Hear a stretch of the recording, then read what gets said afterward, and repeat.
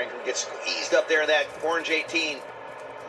That's going to stack up the high lane. He's going to lose a lot of spots there. 200cars.com trucks on the bottom. Actually, there's 300.com trucks out here. Jesus. So the restart's going to be under review. You got the Make sure they all stayed 07, in lane when they were the supposed 71, and the 17. Yeah, that's what happens a lot of times when you get into these scenarios where Another you start 7. having to be so aggressive on the restarts. You have guys that pop out too soon, and tracks that we have lines that you can go over. So many mistakes because guys just get in a hurry. As you see Stuart Friesen on the outside of Ty Majeski.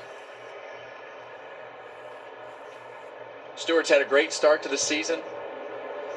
Put themselves in a much better position this year to get things rolling, keeping themselves up in the points, having some decent runs. As you see Larson get loose on the bottom of the racetrack, and Majeski up the hill. Almost looked like he had to take an evasive maneuver not to hit Kyle Larson there.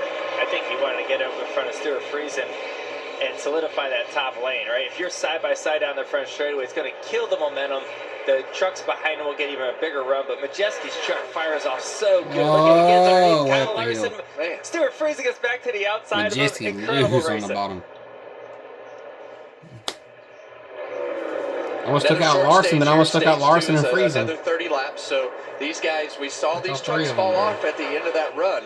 Do they? It doesn't look to me like they've done anything different. It looks like they're just going to go hammer down again. And these drivers are driving the wheels off it because they know they only have to go another 20 more laps on these tires, and they can abuse them and get away with it. Yeah, and you see that 45 truck there on the bottom in the left-hand screen there of Caden Honeycutt.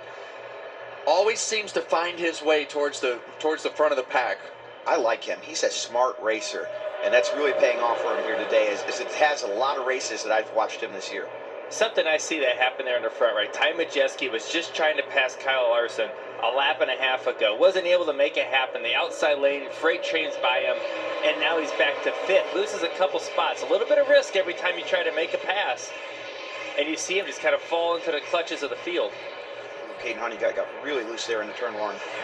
NASCAR has said the restart is good, so we're all set with everybody with no penalties. See a massive run right there by the 19 truck of Daniel Hemrick.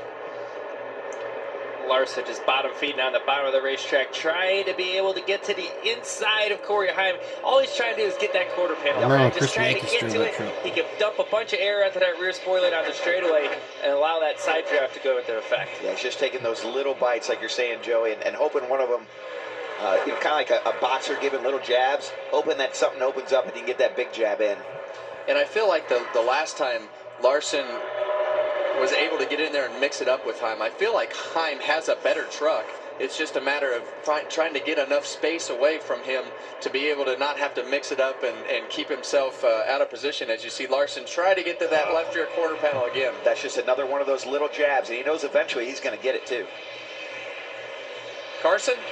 Yeah, guys, you're talking about how using the tires. I was down here in the Look at Friesen. They said how good they're going to be on the long run based off of practice was the exact opposite. Cording on the right front for the 9, a lot of adjustments. I talked to Jeff Stankiewicz. I said, are you worried about cording? He looked at me with a smile and said, I am now. Yeah, and they had a little bit of truck. That truck had a little problem in practice. They actually quit practice. Larson would maybe set sail, but doesn't look like it really helped his truck as much as we thought he might get out of it. No, and I think that Corey Heim and Ty Majeski have made their trucks better. I think Ty Majeski probably the biggest gainer that I.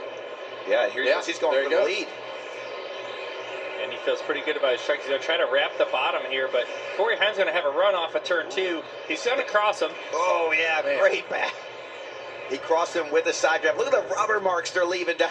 We were talking about how the track takes rubber. There's an example right there, guys. You could literally see the tire tracks coming off these trucks. And it's a fight back to the top. You see both these trucks are able to make speed up top or on the wall. So they're both like, I got to get back up there. So that's why you see them chasing each other down the straightaway trying to get cleared, because I felt like whoever was on the outside into turn 3 was going to get advantage of that little battle. So Ty Majeski went for passing for the lead to being a half a second behind in less than a lap. And remember the beginning of this restart, right? He was right there in there. He went back to 5th or 6th after not being able to pull off a pass. And then over time, got himself right back into the battle for a lead again. Shows that truck is fast. Austin, Yeah, we see Friesen there running the fence. He started off the first run of the race loose, but he's had 3 really good races in a row, and I can definitely see this being a track where he can be really strong with his dirt racing background, and he's clearly made up a lot of spots to start this race. Yeah, you're right. I don't know if Stewart's got enough credit. He's had a great start to the season, just putting together smart, smooth races. Almost won in Atlanta. He'll continue to be a factor, I think, throughout this entire season. Yeah, we were really curious, too, going into this stage. We saw at the end of stage 1, Kyle Larson in the 07, how loose he was, right? He was able to get the lead, and it looked like he fell off loose, and we thought, boy, they're going to tighten that thing up, and he's probably going to go really fast this run. I don't know if they didn't get the adjustment right, or maybe everyone else got better, too, but not that he's slow or off, right, because the leaders are right there in front of him, but it's not like everyone was expecting him just to drive away from the field. Doesn't look like that's going to happen tonight. Yeah, and when you watch that 98 truck